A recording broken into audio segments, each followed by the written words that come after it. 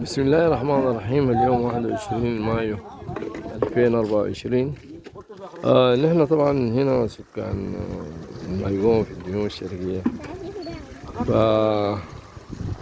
فالموية كان موجودة يعني، لكن هسه بقت طبعا الموية بقت ما في كل المناطق.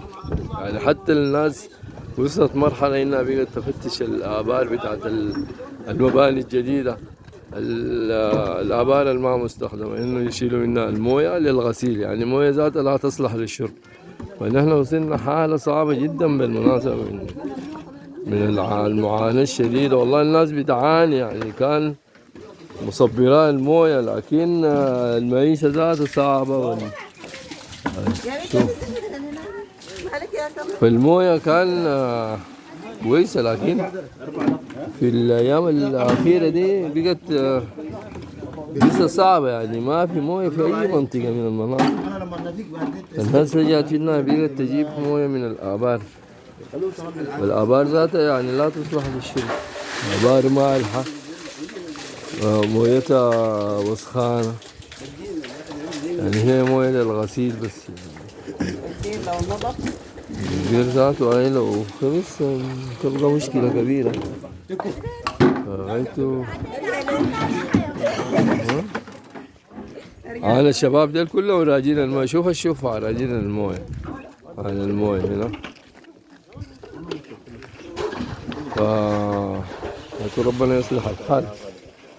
لكن قصة صعبة شديد.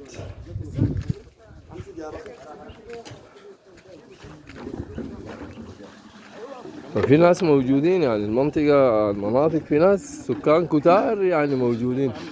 معلش يا عبد المحمود، الخشبة دي بتقع بيكم يا جماعة. زحوا ما صعبت. امين امين. الخشبة دي حتقع لأنه مكسورة.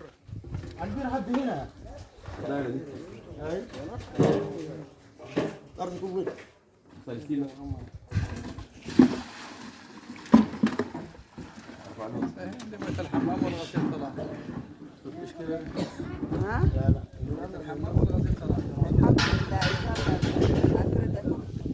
صلاح عليك الله، ورينا ادينا بس كلمتين عن المعاناة اللي عايشينها الناس. ما محتاجة لأي كده، أي زول يشوف الحاصل بتاعنا. هي حكاية بقت غير مقبولة أصلا. ناس هنا بتعاني معاناة شديدة جدا في المويه، يعني حتى الشراب ما فيها. الناس اللي كله حتى الأبار دي ما الحال يقدر إنها بس غسيل وحمام.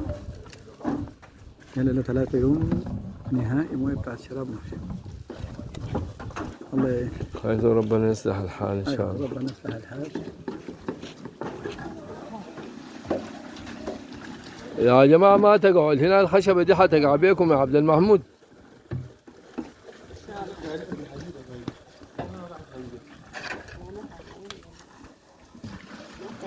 والله يا جماعة وصلنا معنا يعني ما تتصوروها. يعني المويه دي يعني نحن من ناشد والله عبر الفيس انه يا جماعة نحن ناس قاعدين وما عندنا حتة ذاتها نمروقة، ما عندنا حتة نمشي عليها. يعني لو كان الزول عنده حتة يمشي عليها كان مرق، لكن الناس ما عندها، الناس القاعدة دي ما عندها حتة تمشيها. يعني نرجو انه يعني الناس دي تحس بمعاناة الناس، معاناة المواطنين الموجودين. الناس دي والله قاعدة شديد القوي. نرجو انه يعني القصة دي تتعالج يعني. الناس ما عندها ذنب، ناس خايتوا. ربنا يعين، ربنا يصلح الحال ان شاء الله. نواصل قدام.